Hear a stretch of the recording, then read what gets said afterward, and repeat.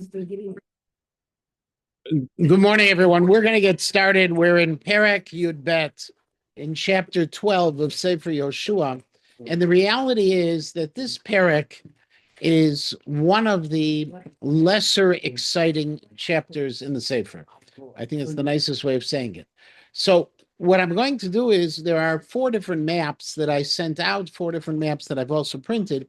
And just to point out the maps, the blue map that I gave you is from the Atlas Carta, the historical maps of Atlas Carta. This is a map which identifies actually all of the cities that are going to be mentioned and all of the cities that were conquered in the course of conquering the land of Israel by Yehoshua. There are 2 maps that have Transjordan. One, actually start from the south where there's the Yam HaMelech. There's a map with the Dead Sea, and we see the area of Transjordan and its conquest, and then the northern portion where you see the Kinneret right over here and the portion of the conquest there. These 2 maps of Transjordan are really recording the conquest that Moshe Rabbeinu did before the Jewish people came in, whereas the ones on the blue map are Yehoshua. The map that's pretty much in black and white, this one, its significance for more than anything else is merely because it also identifies with the triangles that are on the map, the cities with triangles, the most famous of which is Ir Yavuz, which is right here, the cities that were not conquered by Yehoshua. And what we need to remember about all of these things is that while we're going to identify all of the conquests, and there are 31 cities, there are 31 kings that are going to be listed in this chapter, and while the coming chapters are talking about dividing up the land, the reality is that even when Yehoshua finished his conquests, there were good portions of the land that weren't conquered. For example, Ir Yavuz is Yerushalayim. Yerushalayim wouldn't be conquered until the time of David HaMelech. And all of those cities on that black and white map with the little triangles on them, those cities means that that's where there was enemy presence, there was idolatry, and even if those idolaters were in some way quiet from a military perspective, they had an impact on the Jewish people themselves. One other thing, just as a note, remember that ultimately the land of Israel after the time of Shlomo is going to be divided into 2, the northern and the southern. If you look, the northern area has where most of those cities are. And thinking about just all of the various sociological pieces that were going on, it would seem to also help explain why the 10 tribes of the north, another reason why the 10 tribes of the north seem to have veered away from classic Judaism. It wasn't just the political division of the monarchy and the inability to get to the Beit HaMikdash, which was a necessary thing for the kings of the north to maintain their control. It was also an issue that if you cut off the Beit HaMikdash from those people, there are other influences that are there, and there were these pagan influences there for a long time. A couple of more things to go. Before the Jews got to Eretz Yisrael, there had been a war between Sichon and the Melech Moab. Now, Sichon and Melech Moab, we're talking about right now on this map, the map with the Dead Sea on it. And if you notice on the map, Midian is here, Sichon is here, Eretz Sichon. There had been a battle between Midian and Sichon. And Sichon captured a good portion of Ammon and Moab. Okay, they took over that piece. In the course of that battle between Sichon and Moab, not Midian, Sichon and Moab, they had captured this chunk of land right here. That capturing of the chunk of land actually is going to come back later on in Jewish history when there's going to be in the times of Yiftach and Sefer Shoftim a claim from the people of Ammon saying to the Jews, you took our land. Now, the Jews never took Ammon and Moab's land, but they did take Sichon's land. So if you think about it, Sichon captured from Ammon and Moab. Moshe Rabbeinu was allowed to attack Sichon. Okay, he wasn't allowed to attack Moab and Ammon. So later on, Ammon is going to say, "Hey, when you attack Sichon, that was our land you captured, you have to give it back." That's going to be one of the claims that took place there. The second thing, which we also need to remember in terms of the structure of this parak, and then we'll get into it, the beginning is just going to summarize what happened in the time of Moshe Rabbeinu. Aleph through Vav is the Transjordan conquest. The lands where Ruvain and Gad and half of Shevet Menashe are going to live. When we get into Zion and Chet, the next section of the parak, it's going to be a summary, a brief summary of the conquest of Yehoshua. And then from Pasuk Tet until Pasuk Chof Daled, it's going to be just a list of all of the 31 cities that were captured by Yehoshua. A seemingly, mundane list that probably only people who really like geography will love, but it has some fascinating pieces in it as well. So now let's get into the psukim. Perek Yud Bet Pasuk Aleph. Ve'ele malchei haaretz asher hiku bnei Yisrael ve'yirshu et artzam. This is the list of the kings which were conquered by the Jewish people and lands were taken. Be'ever Yarden Mizrach HaShemesh. And we're talking about Transjordan to the east. Mizrach HaShemesh is the east. So, depending on where you stand, Transjordan can be either in Eretz Yisrael or it can be what we now call Jordan. Minachal Arnon ad Har Hermon. Now, Nachal Arnon is right here. If you look right about the middle of the Yam HaMelech, you see in small print the word Arnon. It's right there on the map. Okay. And all the way up to Har Hermon.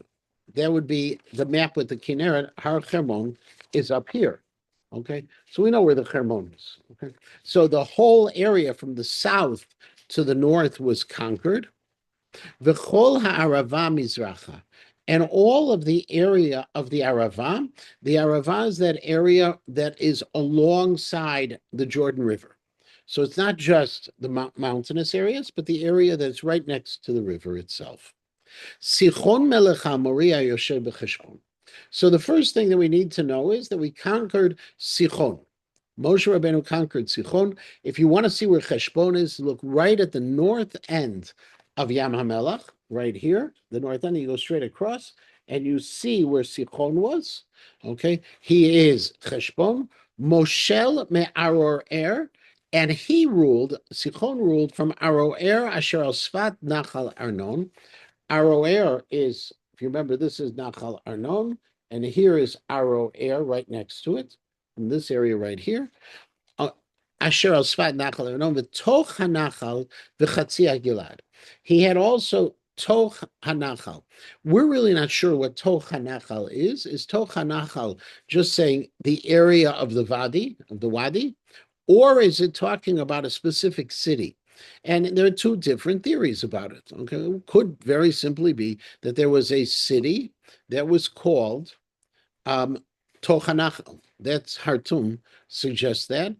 Most others just suggest that it was a city within this Vadi itself, and half of the Gilad. The Gilad, again, is north. Then V'ad Yabok Hanachal Gvul Bnei Ammon, and all the way up to Yabok.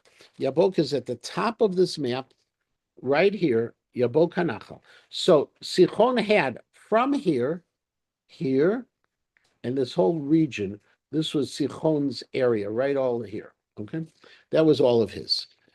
V'ha'arava ad yam kinrot mizracha v'ad yam ha'arava.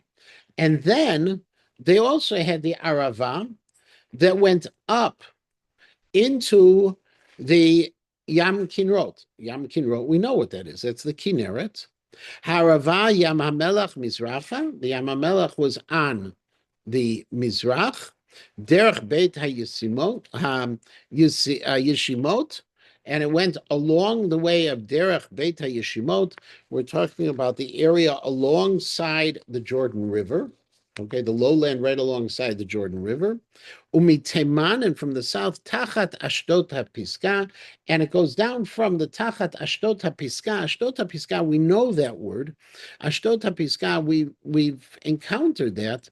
That was in Devarim. That was where Moshe Rabbeinu had to stand on the mountain and overlook all of Eretz Yisrael. We've had that just recently in Perek Gimel and Sefer Devarim. We refer to this Ashdot HaPisgah. So they had all of the lands that had been Sichons. They also had all of this land they conquered as well. Ugvul Og Melech HaBashan Meyeter HaRefaim. And they also got Og Melech HaBashan's land. And when they got Og Melech HaBashan's land, now if you go to the map with the Kinneret, Og Melech HaBashan's land is right here. It's alongside the Kinneret. This is where Og had lived. And from among the area that also had belonged to the Rephaim. The Rephaim we know about, this was a tribe of very, very tall people, referred to as giants. Okay, how tall a giant was, whether you're talking about the Medrash or you're talking about the Pshat, they were just abnormally tall. Hayoshev ba'ashtarot uva'adrei, who lived in Ashtarot and in Edrei. Now, Ashtarot and Edrei, we also know Ashtarot, we know where it is. Ashtarot is right here. Okay, that's Ashtarot. Edrei, we're not 100% sure, but it seems to be south. There were two cities right here, one parallel with the Yam Kinneret, and one a little south of the Yam Kinneret. That's that area which we had Og Melech HaBashan. That was the area of the Bashan. The Dat Mikra points out, Hayoshev ba'ashtarot uve'edrei, okay, that Og Melech HaBashan was the leftover of the giants, and he was settled in Ashtarot and Edrei. Well, normally a king has one capital. So the Dat Mikra says, no, that this was just such a massive group of people that they had two major cities. There were two fortified cities that they controlled, both Ashtarot and Edrei. Umoshel Bahar Hermon, and they ruled over the Har Hermon, Uvesalcha, Uvechol HaBashan. And they also were all the way up into Har Hermon, and they were in as well Silcha. Silcha is down here. Har Hermon is up here. So we're this whole area. Again, the Yam HaMelech is down here. The Kinneret is here. So just one massive area that they controlled. Ad Gvul HaKshuri v'HaMachati, until you got to the area of the Kshuri. Now, Machati and Kshuri, the Machati is immediately north of the Kinneret. The Kshuri is on the southern area of the Har Hermon. Okay, so they ruled this whole area up here is what Moshe Rabbeinu had conquered. The Chatzia Gilad Gvul Sichon Melech HaBashan, all the way down to Sichon Melech HaBashan, which we had dealt with earlier. Moshe Eved Hashem Uvnei Yisrael Hikum. Moshe, the Eved Hashem, and Bnei Yisrael conquered them. V'itna Moshe Eved Hashem Yerusha, and Moshe Eved Hashem gave it as a Yerusha, as an inheritance l'Reuveni, v'legadi, v'lechatzi Shevet HaMenashe. What's strange about this pasuk? Vav.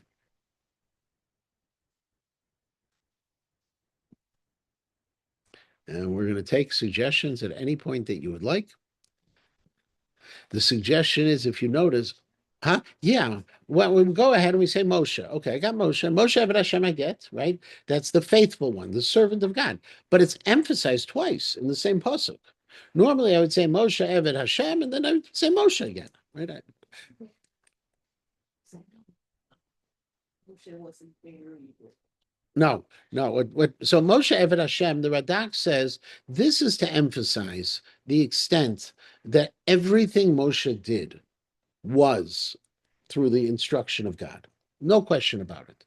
Okay, you say it twice because you're trying to emphasize a fact. And that was the piece that the Eved Hashem.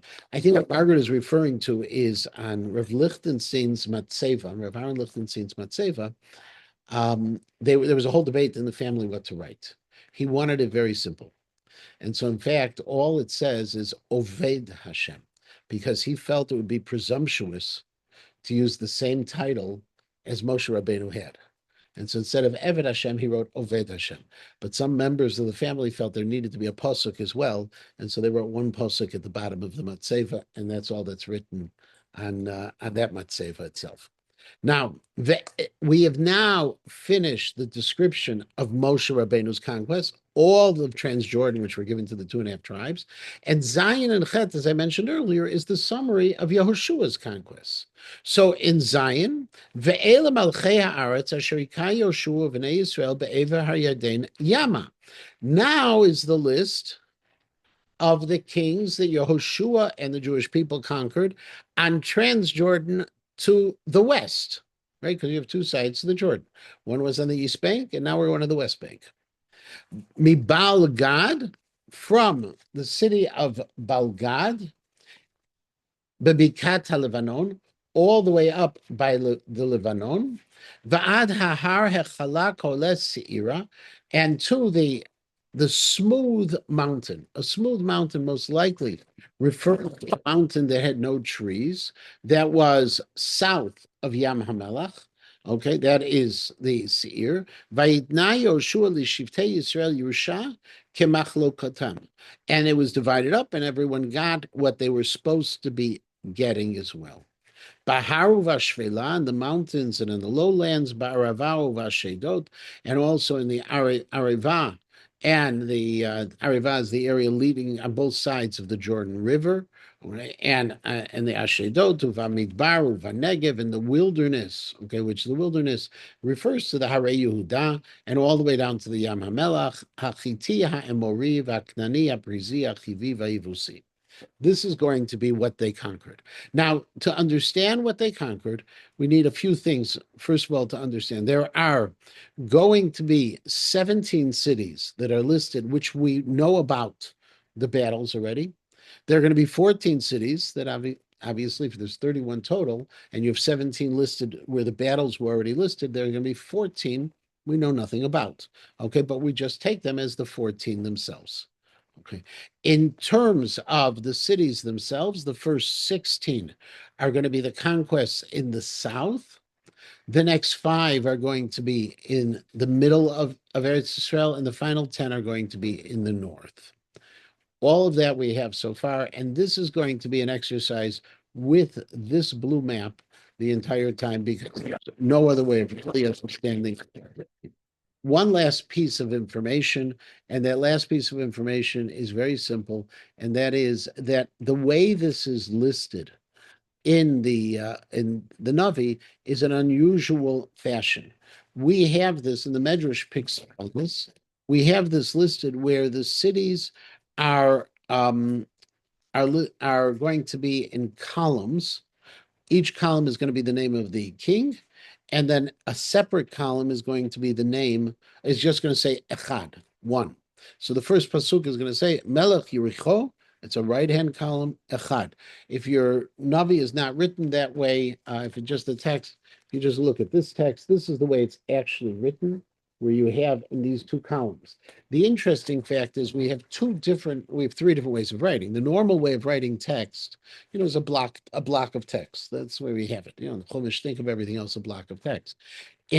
However, for instance, when we come to the Shirat Hayam, okay, you have this structure where there are 3 columns, basically. There's a column, and then the next line, you have one in the middle that overlaps the 2 above it, and then below it, 2 sides. Okay, Bariach, you have where it's like brick, space, brick, and then the line below it is space, brick, space. That here it's just brick straight down and brick straight down. The Medrash talks about this, that ultimately the reason they are written in this fashion, okay, it's Ariach al Gabi Levena, for example, it's called, that, here you have Ariach al Gabi Ariach, okay, where you just have that space, the same size. It's to draw, the Medrash says, almost this picture in your mind that when the kings have no way of escaping, that if they were to fall out of their place, they fall straight down. There's no like cliff or anything for them to catch onto. So just like a complete and absolute destruction that's going to be happening with them.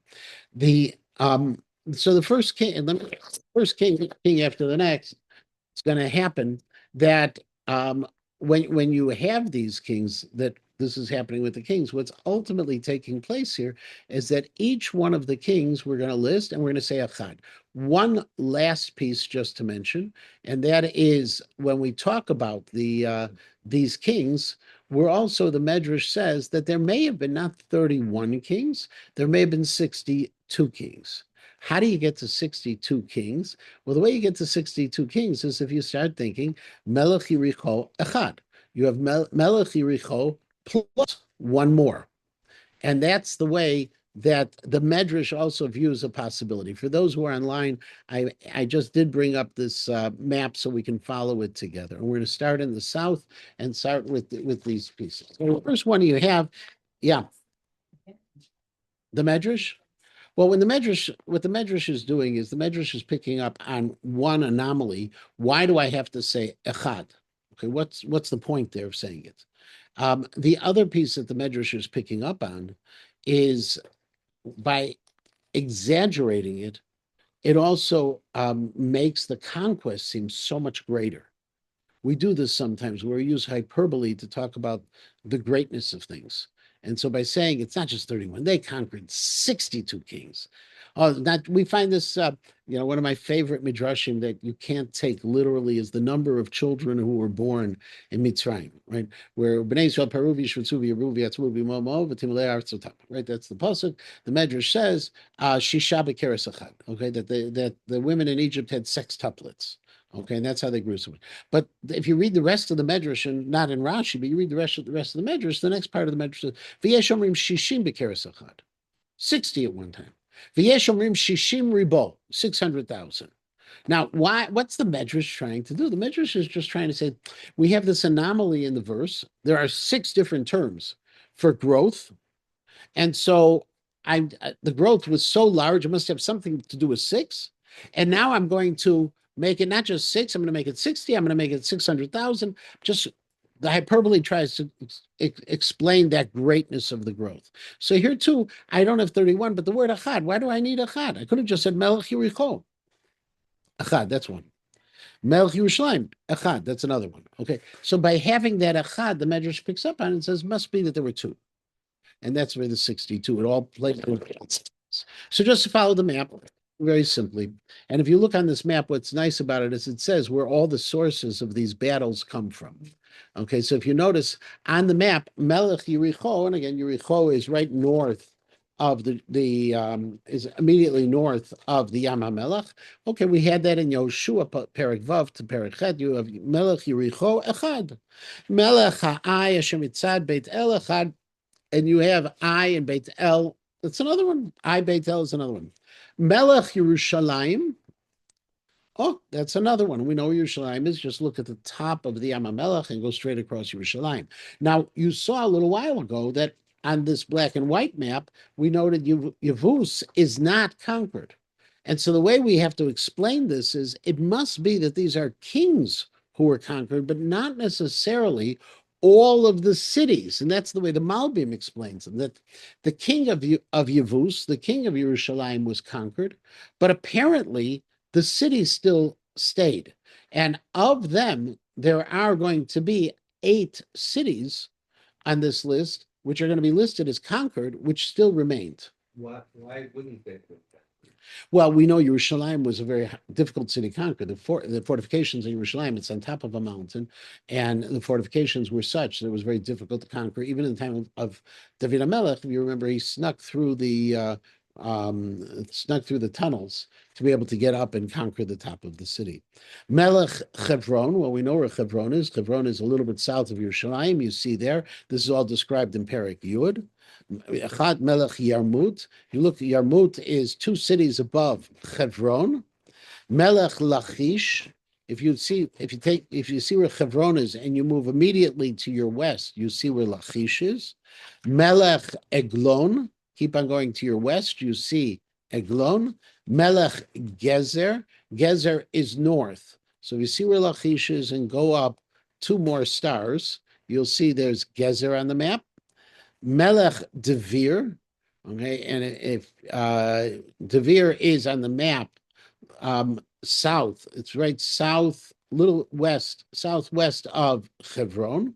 Melech Geder, Geder is off to the side and south of Hebron. Huh? That's the listing, not the order.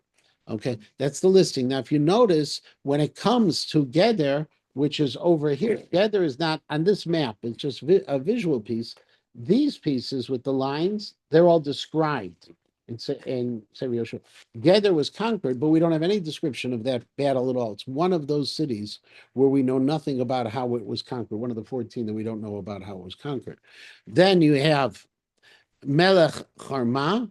Well, if you see Chorma is down at the south, at the end, down here, it's actually described in Bamidbar, Perek Chaf Aleph. Okay, it's Chorma at the bottom of the map. Melech Arad, also at that same time in Bamidbar, it's described. Melech Livna. Okay, and now we get to Pasuk Tedvav, and Melech Livna. If you see, Livna is northwest, a little northwest of Hebron. If you see where Lachish is, go straight up, and it's the star immediately above it. Livna is right here. Melech Adulam. Adulam is immediately to the east. There's an underline under Adulam. That's where Adulam is. Melech Makeda. This is Pasuk Tet Zayin. Melech Makeda. Well, if we're looking, Makeda is in a box on this map right here. Okay, that's Makeda. And then Melech Beit El, and we know where Beit El is. Beit El already is beginning to be right, that is right next to Ai. Okay, and so that's those.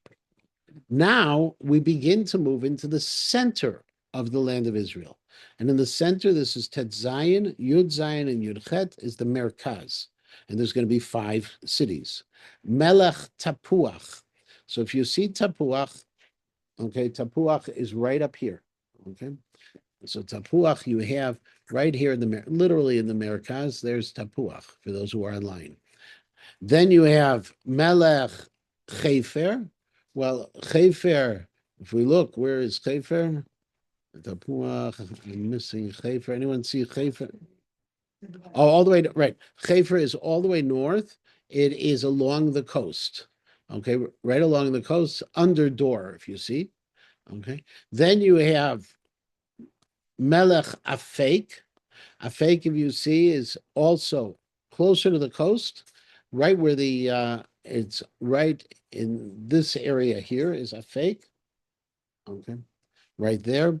Melech L'Sharon. Well, we see where the Sharon is. Sharon is a region over this area, the king who is over this area of the Sharon. Melech Madon. Okay. Madon, do we see where Madon is? I'm not seeing Madon for a second. Someone wants to help me. Madon, all the way up?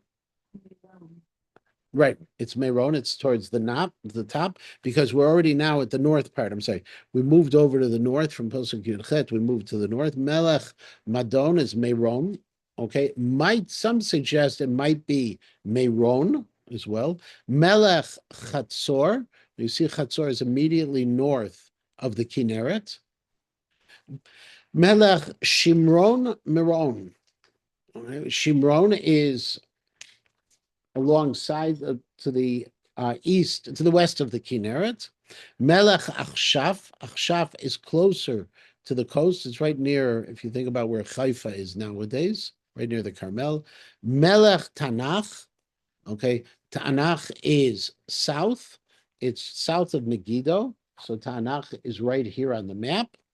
Melech Megiddo, go right up. It's Melech, the Megiddo is there. Melech Kedesh.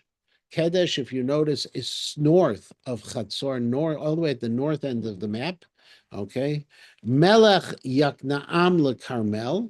Well, Yaknaam, we know where it is. It's right by the Carmel, which means it's right here. Okay, that's Yaknaam.